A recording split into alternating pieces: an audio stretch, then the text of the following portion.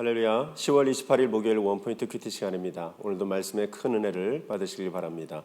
이 시간 하나님께서 우리에게 주신 말씀은 요엘서 3장 1절에서 13절까지의 말씀입니다.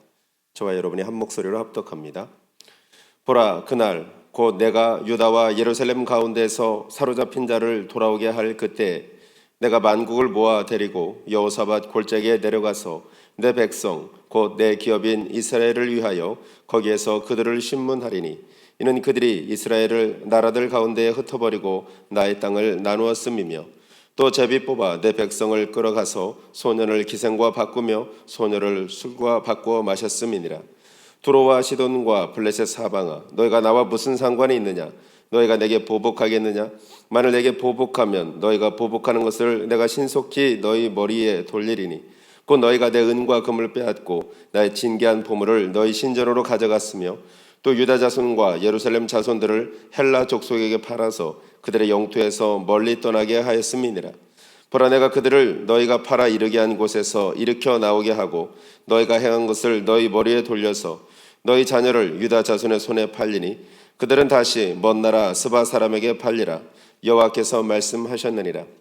너희는 모든 민족에게 이렇게 널리 선포할지어다. 너희는 전쟁을 준비하고 용사를 격려하고 병사로 다 가까이 나와서 올라오게 할지어다.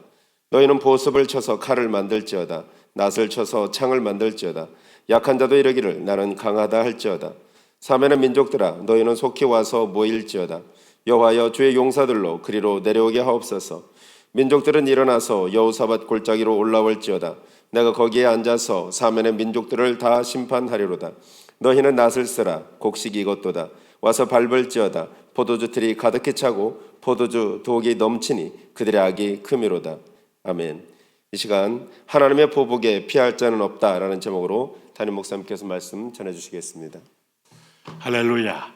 네, 오늘도 우리가 목요일 날을 맞이해서 우리가 하루하루 지나면서 인생의 큰 의미를 발견하고 또 긍정적으로 세상을 보는 그런 축복이 있기를 바랍니다. 간밤에 주무시면서 혹시 악몽이나 시달리는 꿈을 꾸셨던 분들은 오늘 성령의 이슬처럼 내리는 촉촉한 은혜로 다시 새 힘과 아주 맑고 깨끗한 하나님의 영으로 가슴이 소망으로 가득 차기를 축복합니다. 특별히 오늘 여기 이제 이 요엘서 3장을 보면 하나님이 여기 1절에 이렇게 시작해요. 보라, 그날. 여러분, 그날, 그때에, 그 후에 항상 하나님의 정한 날이 있죠. 하나님은 시간의 주관자요, 역사적 섭리의 주관자임을 알 수 있어요. 우리는 세월이 언제 가나, 세월이 언제 오나 늘 그런 아주 먹먹한 상태에 살지 모르지만 하나님은 아주 치밀한 역사 속에서 일하신다 하는 걸 알 수 있어요. 그래서 여러분, 우리가 깨어 있다는 것은 하나님의 때를 분별하는 걸 말해요. 그래서 이사갈 사람들 시세를 분별했다. 굉장히 중요한 지혜입니다. 내가 공부할 때, 또 마지막에 종말을 준비할 때, 내가 기도할 때, 기회를 얻었을 때, 봉사할 때, 헌신할 때, 예배할 때 이것을 자각하고 아는 사람은 지혜로운 사람이에요. 이 때를 잊어버리고 때가 되면 또 있겠지, 내년에도 또 기회가 오겠지, 이런 일은 늘 해왔던 거니까 늘 내 앞에 몇 번 할 수 있겠지, 어리석은 자의 생각입니다. 하나님은 그날이 뭐냐 하면 내 백성을 회복시키는 날이에요. 여러분, 회복시킬 때 어떻게 회복시켰습니까? 어제 우리가 큐티했지 않습니까? 이른 비와 늦은 비를 통하여 또 말세의 내영을 남종과 여종에게 육체에게 물붓듯 부어주심으로. 이 하나님의 은혜가요, 부어주신다는 건 놀라워요.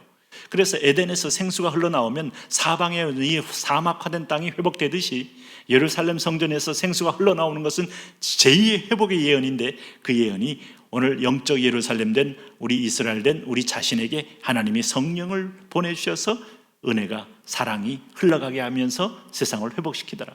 그런데 오늘 이 백성을 우상 숭배하고 눈을 가리고 귀를 가리운 세력, 고린도후서 4장 4절 말씀 보니까 혼미케 하는 영이 있어요. 끊임없이 말씀을 못 듣게 하고 비교하게 하고 판단하게 하고 자기 의에 사로잡혀서 하나님의 말씀에 아주 방어선을 치게 했던 악한 영들이 있어요. 여기에 미혹 당한 자들도 불행해서 하나님이 징계하고 연단했지만 그 일을 직접 진행했던 악한 세력은 하나님이 그날에 내 백성을 회복시킨 날에는 그날에 보복한다. 하나님은 공의의 하나님, 보복하는 하나님, 보수하시는 하나님, 원수를 갚으시는 하나님.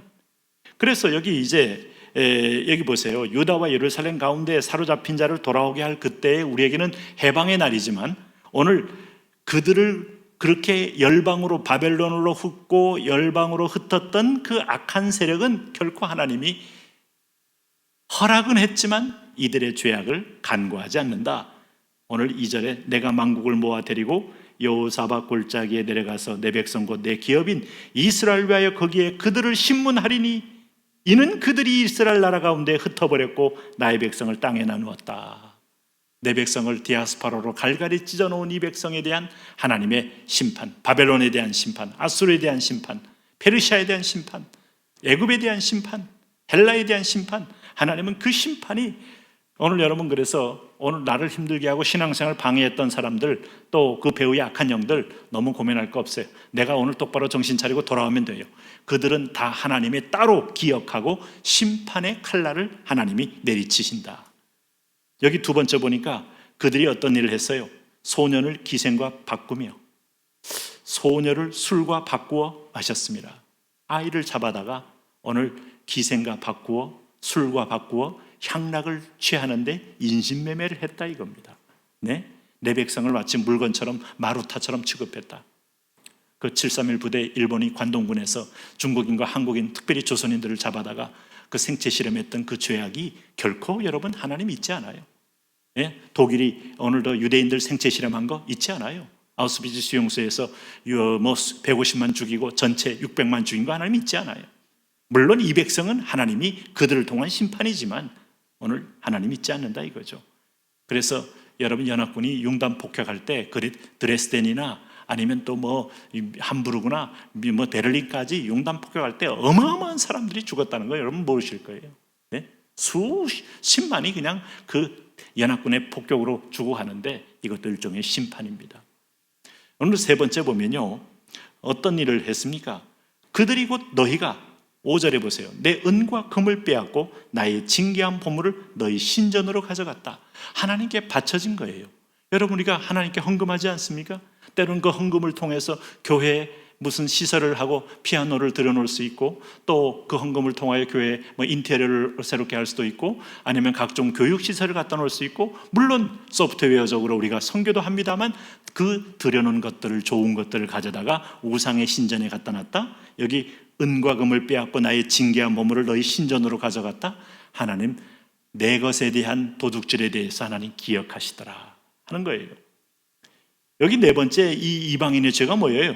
유다 자손과 예루살렘 자손들을 6절에 보니까 헬라 족속에게 팔아 그들의 영토에서 멀리 떠나겠다.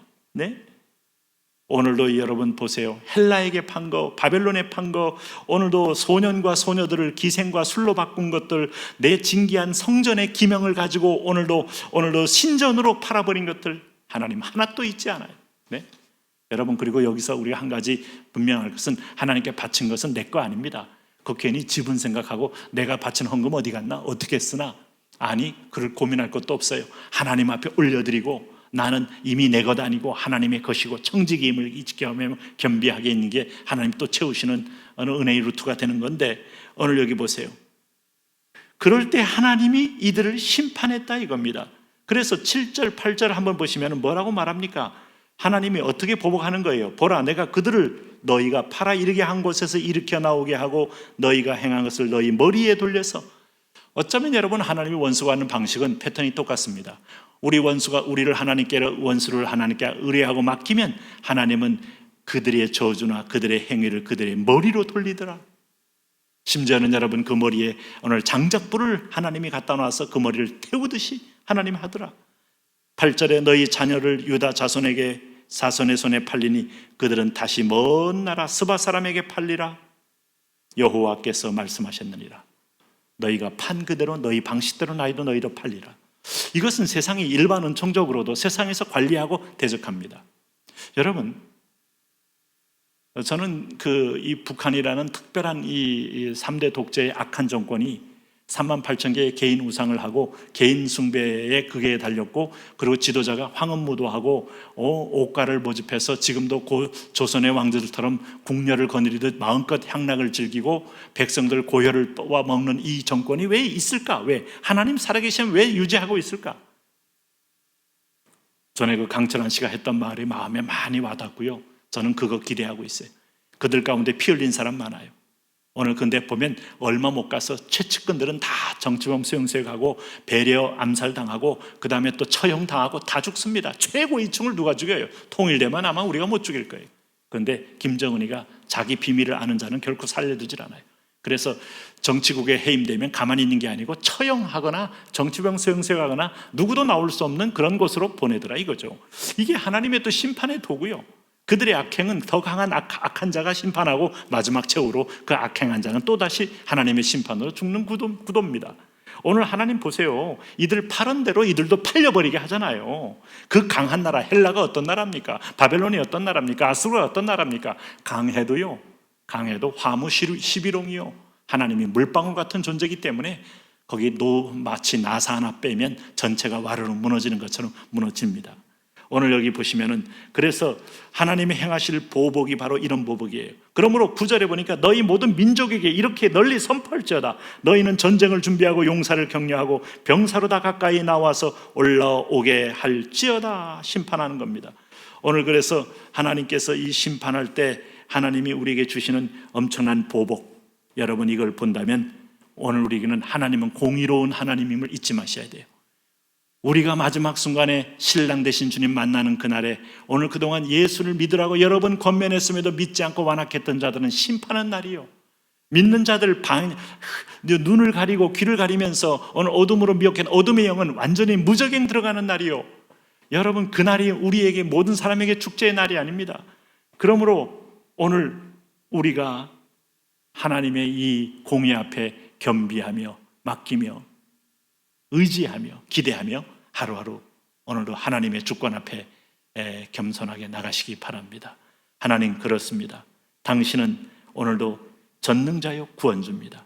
당신의 말씀은 결코 푸른 마르고 꽃든 시대나 우리 하나님의 말씀은 영원히 서리라고 했던 이사야 선지자의 말씀처럼 말씀대로 이루어지고 성취됩니다. 말씀을 붙들고 우리도 승리하며 겸비하게 하옵소서. 예수님 이름으로 기도합니다. 아멘.